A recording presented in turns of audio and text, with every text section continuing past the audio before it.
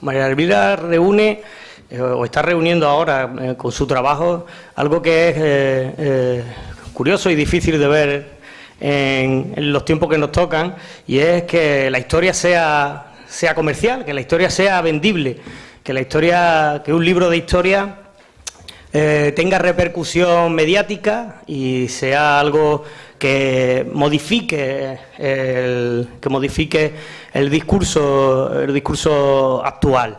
Bueno, y esto es una oportunidad que estamos teniendo ahora gracias al magnífico trabajo que ha hecho María Elvira con un libro que ha tenido una gran repercusión, que es Imperiofobia y leyenda negra, del que hemos hablado con los alumnos en clase.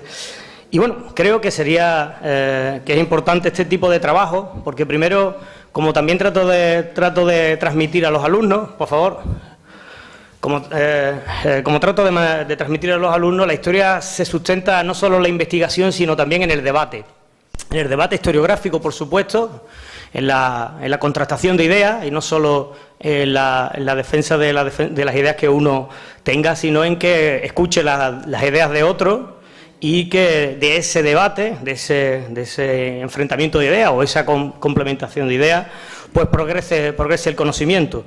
Por tanto, recomiendo la lectura de ese libro, de Imperiofobia y leyenda negra, otros trabajos suyos también, pero en este caso digo porque está ayudando a animar este debate tan interesante que es el pasado histórico colonial de España. Pero también os animo, por ejemplo, a que leáis la reseña que en su momento ha hecho Esteban Mira, que es bastante crítica con el libro, y que, por tanto, os recomiendo las dos cosas, que leáis el libro y que leáis las críticas, y también aprovechéis para leer otro tipo de trabajo. Es de esta manera como va a progresar el conocimiento, como progresa realmente el conocimiento, y ese es mi ánimo para vosotros. Con respecto a la biografía de Elvira, voy a remitirme a lo que dice nuestro díptico.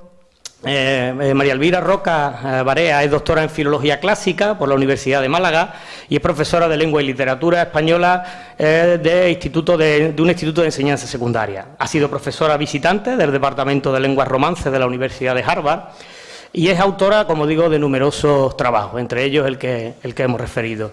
Sin más, creo que, dado la necesidad de aprovechar el tiempo, doy la palabra a nuestra ponente, a María Elvira Roca. Muchas gracias. Gracias. Yo quería compensar felicitando al profesor Ochoa por su exposición magnífica.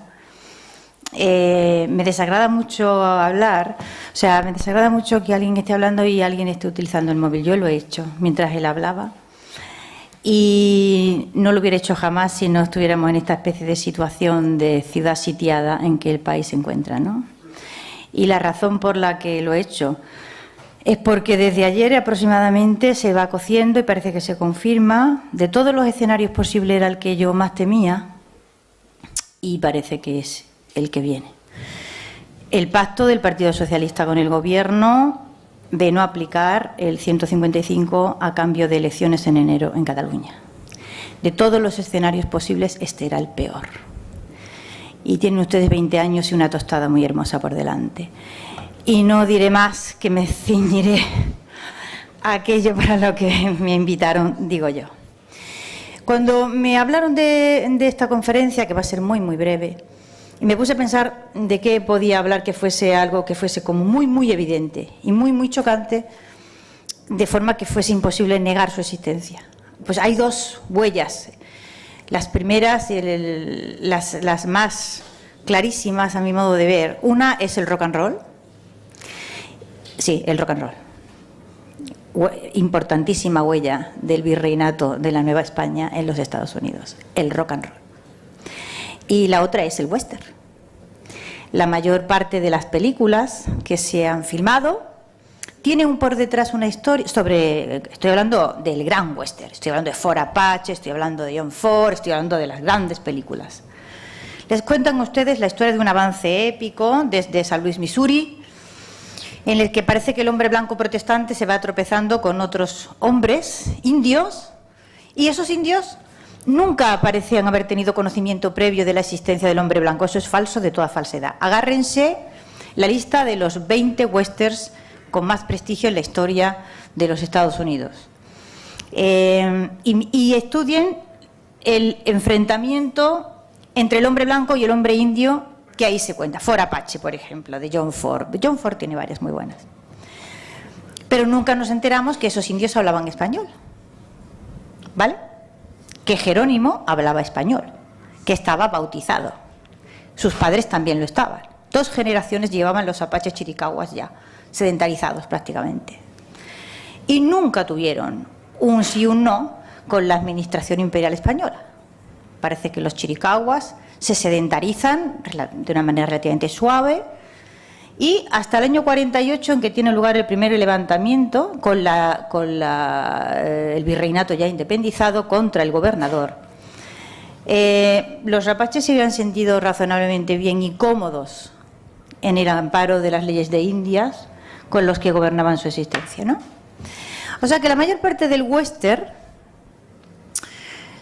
oculta una realidad, y es que los indios que luchan contra el hombre blanco protestante habían tenido una relación previa, razonablemente fluida, con el blanco católico previo que hablaba español. Eso no se lo cuenta el western, pero se lo cuento yo. Y tiene una reconstrucción muy interesante si ustedes se cogen las películas y se vuelven a recontar la historia que no les han contado, ¿vale? Porque Jerónimo ya no es Jerónimo si Jerónimo de pronto habla español y es católico, esa es antigua. Ya es otro Jerónimo completamente diferente. El otro hecho de puro perogrullo que salta a la vista es que los indios van siempre montados a caballo, ¿no? Uno se imagina a un indio y ¿qué es lo que ve? Pues un tío con plumas en un caballo, ¿no? Bueno, pues el con plumas con un caballo no se ha montado en el caballo porque el caballo cayó del cielo, sino porque llevaba un largo tiempo de trato constante con gentes que encima de un caballo se pasaron la vida y que cuando cruzaron el charco no concibieron otra forma más que llevarse caballos para allá. Oñate, por ejemplo, con sus caballos hacia el norte y sus cuarentenas de caballos y de burros y de ovejas merinas, llevando ganado, llevando transporte e introduciendo el caballo. El caballo que luego se va a encontrar el blanco protestante. Pero a los indios los habían subido a los caballos antes los españoles. Y esto tampoco se lo van a contar a ustedes, pero conviene que se fijen en ello, porque la mayor parte de esta historia perversa, que es la leyenda negra en realidad, no es más que un puro negar la evidencia de cosas que uno solo tiene que fijarse en ellas para poderlas ver. Solo mirar y dejarse anegar por la realidad, y lo demás viene solo. O sea que es como una especie de deconstrucción de perogrullo lo que yo he hecho en ese libro, sin mérito ninguno. Simplemente he dejado de escuchar las palabras que me han contado libros que escribieron gentes muy prestigiosas y me senté a simplemente mirar la realidad que delante de mis ojos estaba, y se presentó una cosa completamente nueva, como que los indios iban a caballo y hablaban español. La otra gran cuestión, pero esto ya es para animarnos un poco porque la mañana va muy mal de tiempo, ha sido toda la música, o sea, gran parte del gran rock californiano, reloj surfero, gente muy muy buena. Lo que estaba sonando antes es uno de los temas, para mí uno de los temazos mejores que ha salido del rock and roll en los Estados Unidos, es de Los Lobos. Los Lobos, que son un grupo de frontera donde haya grupos de frontera. O sea, está muy bonito que uno de los mejores grupos de rock, probablemente el mejor grupo de rock de los Estados Unidos, se llame Los Lobos. Tiene canciones en inglés y en español. La que sonaba es un temazo que, si no conocéis, con 20 años verdaderamente estáis muy out. Hay que conocer a Los Lobos absolutamente. Hay que actualizarse, ¿vale? Poniéndose al día con esta gente. Y no la voy a poner, pero en la misma onda, neoyorquino de nacimiento, Mick DeVille, pero californiano de adopción, se ha muerto hace un par de años. El milagro es que no se hubiera muerto antes, porque lleva dándose una vuelta por el lado salvaje de la vida desde que tenía 20 años. Bueno, esa vuelta por el lado salvaje de la vida con 20 años está bien, pero hay que ir y volver, ¿vale? Y Mick DeVille es una compañía fantástica para darse esa vueltecilla por el lado salvaje de la vida. No voy a poner una canción que tengo aquí que se llama The Spanish Troll, que es fantástica, del 77. No la voy a poner. La que voy a poner es otra que es, porque está fácil de encontrar. Pero la que voy a poner ahora, de un grupo californiano, es del 64, rock surfero espléndido, y se llama la canción El Camino Real. Y es la historia de un chico que se va desde Monterrey, no Monterrey de México, sino Monterrey de California, se va a Los Ángeles a abrirse camino en el grupo de las bandas de rock que en aquel momento hay en la gran capital. Y la vida lo maltrata enormemente, no consigue abrirse camino, no consigue trabajo, no lo llaman para tocar y al final toda su nostalgia se ciñe en yo lo que quiero es coger el camino real que me lleva a Monterrey. Básicamente esa es la historia que cuenta. Lo voy a poner solo durante 30 y tantos segundos. Es magnífico el tema. Si a ti no.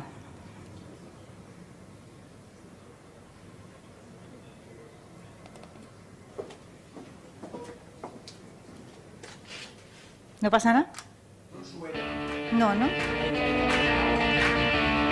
25 segundos lo vamos a dejar.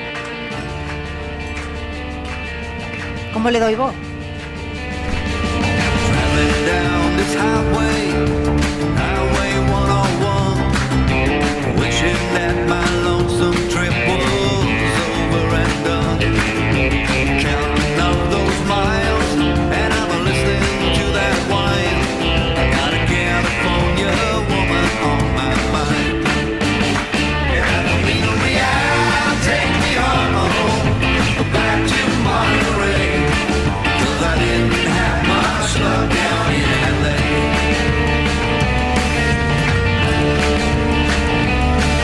I sang my songs in Monterey and I built up quite a name. Then I went down to LA for fortune and fame. No one cared about me there, so now I'm coming home, traveling north on Highway 101. And the real take me home, back to Monterey, 'cause I didn't have much luck down in LA. And the real take me home, back to Monterey, because I didn't have much luck down in LA. Bueno, ya. Es más larga, pero yo creo que como muestra es un grupo magnífico. Os aconsejo que lo busquéis también. O sea que la huella es profundísima y larguísima y se proyecta en sombras en los ámbitos más inesperados, ¿no?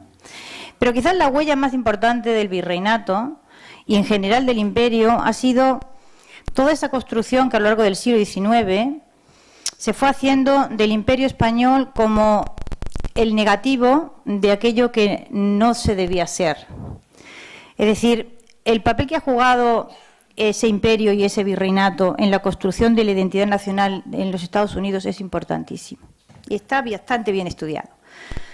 Bueno, abrió claramente el frente Powell en el 76 diciendo que no se podía que el imaginario norteamericano no podía seguir construyéndose a sí mismo, colocando siempre en el lado de lo negativo el mundo de habla española. Pero esto ha sido importantísimo, insisto, a lo largo de todo el siglo XIX y toda la gran historiografía norteamericana, con Longfellow y también Preston, etcétera, y Tignor. El imperio español es aquello que no se debe ser. Es decir, la superioridad moral de ese blanco protestante está construida sobre la conciencia de la inferioridad moral del blanco católico que le precedió en el territorio. Y esto es algo que cualquiera que se ponga a estudiar o que se ponga a leer lo puede ver. Yo había anotado aquí una frase asesina de John Draper en 1850 de la Universidad de Nueva York. La frase es terrible. No es de hace mucho, 1850, no es de hace mucho. Dice, si ese justo castigo, estamos hablando de la desmembración del Imperio Español, si ese justo castigo no hubiera caído sobre España, los hombres hubieran dicho, no hay justicia, no hay Dios. Esta es la herencia que ustedes tienen, les guste o no. La vida no es como uno quiere, sino como se presenta. ¿Hasta qué punto ha afectado a nuestra vida, a este lado del Atlántico y a la vida de los otros que hablan español al otro lado del Atlántico, esta inferioridad moral asumida? Pues a cada uno lo dejo que juzgue por sí mismo. Las consecuencias son tremendas. Estamos en una hora de ellas. La incapacidad de generar estados fuertes y sólidos, estados fallidos una y otra vez porque tenemos una relación perversa con nuestra historia y con nuestro pasado, que limita el presente de una manera absoluta y que impide construcciones sólidas que nos ponen en peligro una vez y otra vez. O sea que este asunto no es una cuestión menor, ni de detalle, ni algo que se les venga a contar aquí, bueno, pues para pasar una mañana, sacarse un punto, un trabajillo que te toca en el trimestre. No. Esto es muy gordo y es muy grave, y lo peor de todo es que mi generación, la de la EGB, se lo vamos a dejar a ustedes también. O sea que llevamos ya los de cuarto y reválida, los del COU y el PREU, la EGB, la ESO y ni se sabe qué, y generación tras generación recibimos el mismo testigo y lo entregamos en las mismas condiciones lamentables a la generación siguiente para que vuelvan a cometer otra vez los mismos errores que hemos cometido, una y otra vez. Digo yo que esto no será una maldición y que puede que alguna vez tenga una solución, pero si se ve, si se la quiere buscar, no se la ve fácil en el horizonte, por muchas razones. Yo voy a lo que a mí me duele y a lo que a mí me afecta, y es aquello que yo pienso que influye de una manera más notable en esa incapacidad del hombre de habla española, a un lado del Atlántico, insisto, y en el otro igual, para relacionarse con ese imperio que fue suyo de una manera constructiva. Es decir, el imperio se murió y no hay marcha atrás. La historia no tiene marcha atrás. Hay que alejarlo de nosotros lo suficiente como para darse cuenta de que esa es otra historia, esos españoles son otros españoles, distintos completamente. Y que nosotros estamos ahora, nosotros a este lado del mar y los otros al otro lado del mar, en un proceso de construcción que es enormemente complejo y al que no se puede ir llevando lastrados por una historia de nosotros, por un relato de nosotros mismos que nos convierte una y otra vez en, por supuesto, inferiores frente al blanco protestante. Eso va de suá. Pero es que también inferiores frente a nosotros mismos o frente al proyecto de nosotros mismos que queremos tener. Esto es tremendo. Y explica, por ejemplo, lo que está sucediendo en Estados Unidos ahora mismo, el hecho de que el Ayuntamiento de Los Ángeles haya suprimido el Columbus Day, la aparición de estatuas de Cristóbal Colón con la cabeza cortada, la aparición de estatuas de Fray Junípero Serra con la cabeza cortada, lo de Fray Junípero clama al cielo, y el hecho de que nadie parece sentirse ni ofendido ni aludido porque esos acontecimientos tengan lugar. Yo llevo desde el año pasado buscándole la punta a algo que sé que está ocurriendo en los colegios de California, al menos desde el año pasado. Y son representaciones que tienen lugar el 12 de octubre. Me consta que este año ha habido varios colegios que lo han hecho y sé de buena tinta que el año pasado ya sucedió. Esto es inédito, ¿eh? O sea que podemos pensar que puede haber un cabeza loca que le dé por cortarle la cabeza a Fray Junípero Serra. Hombre, tiene mucha gracia que vaya a cortarle la cabeza a Fray Junípero Serra y no al general Custer, que mató mucho más indios. Pobre Fray Junípero, que conste no mató nunca a nadie, ¿no? Pero no, a Custer no se le corta la cabeza, se le corta la cabeza a Fray Junípero. Bien. Pero la cabeza loca siempre existe en todas partes, o sea que no hay que tomárselo mucho en serio, hay que mirar aquello con cuidado. Pero cuando esto se hace en los colegios, entonces esto adquiere, o lo que se hace en los colegios, a que todo el mundo está pensando en lo mismo. Cuando se hace en los colegios, esto adquiere un matiz nuevo y peculiar. Lo que se está representando ahora mismo en varios colegios de California, el día 12 de octubre, es una especie de obrilla en la que unos alumnos, en primaria, se disfrazan de indios y otros alumnos se disfrazan nuevamente de monjes franciscanos, que era la mayoría de la tropa que había, ¿no? Y entonces los franciscanos azotan a los indios, los obligan a trabajar, ¿vale? Y los maltratan muchísimo. Y esa es la celebración del 12 de octubre. Y esto, claro, gratis nunca hay nada. O sea que cada vez que se escribe una puntada nueva en la historia de la leyenda negra hay que pensar por qué se escribe y cuál es la razón que la justifica. Gratis jamás. La puntada siempre existe y siempre es puntada con dinero, casi siempre. La que se va a escribir ahora, en los próximos años en los Estados Unidos, tiene que ver con el hecho de que el blanco protestante no va a asumir el hecho de que la población nativa de los Estados Unidos desapareció prácticamente. Ahora se ha puesto de moda el indigenismo en distintas... La cosa va a más, en los departamentos de historia, etcétera, etcétera, de un lado a todo el país. Y claro, como es que es como muy evidente que apenas quedan Native Americans, pues alguien va a tener la culpa de que no queden. Y la culpa, les puedo asegurar que no va a ser ni Custer, ni va a tener tampoco el coronel Fremont, ni va a ser de ninguna de las expediciones de castigo, ni de las reducciones, ni de las condiciones penosísimas a que se vieron sometidos los modos de vida de los indios. Por ejemplo, Jerónimo, ¿vale? El gran levantamiento de Jerónimo y de los chiricahuas se debió simplemente... El primero fue, ya le dije, el año 48 contra el gobernador del territorio, el gobernador ya mexicano, ¿no? Cuando las leyes de Indias con las que se habían gobernado dejaron de ampararles. Pero el gran levantamiento fue después, cuando tras el Tratado de Guadalupe Hidalgo, México pierde la mitad del territorio, 52%, y los chiricahuas quedan en el territorio norteamericano. Y al minuto 1 de haber absorbido ese territorio que había sido mexicano, los chiricahuas pierden su territorio.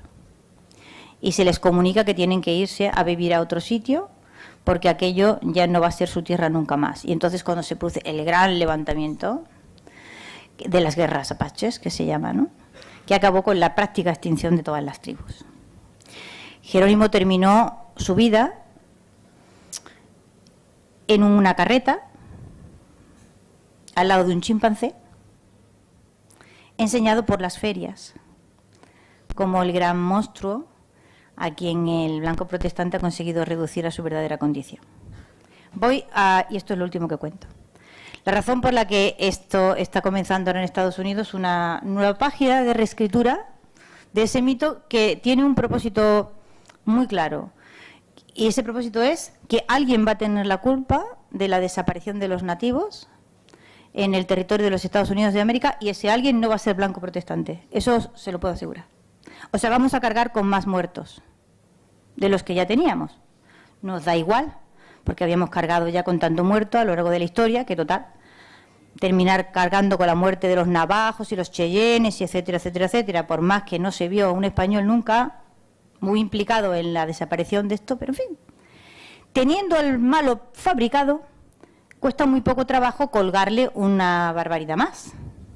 Y esto es el proceso que está ahora en marcha, lo vamos a ver desarrollándose, o sea, ustedes van a ir viendo cómo van a ir desapareciendo los Columbus Day y van a ir cayendo las cabezas de los Cristóbal Colón. Y lo doloroso de esto, lo penoso de esto, es que los hispanos que viven en territorio de los Estados Unidos no se dan por aludidos y no son capaces de entender hasta qué punto eso es un ataque a su mundo y a su cultura. Y no se defienden, como hemos hecho nosotros tradicionalmente. El no defenderse es una opción, ¿de acuerdo?, que hay que respetar. Ahora, si uno no se defiende, después no debe quejarse absolutamente por nada de lo que le pase. Lo digo a los de los 20 años que me estáis mirando, ¿vale? Es lícito no defenderse, pero no es lícito quejarse después. Y como estamos en el día que estamos y viene lo que viene para adelante las próximas semanas y meses, pues invito a la reflexión, especialmente a la gente más joven, y con esto terminamos. Vamos a dejar la musiquilla sonando, la de Mick DeVille, que me gusta mucho.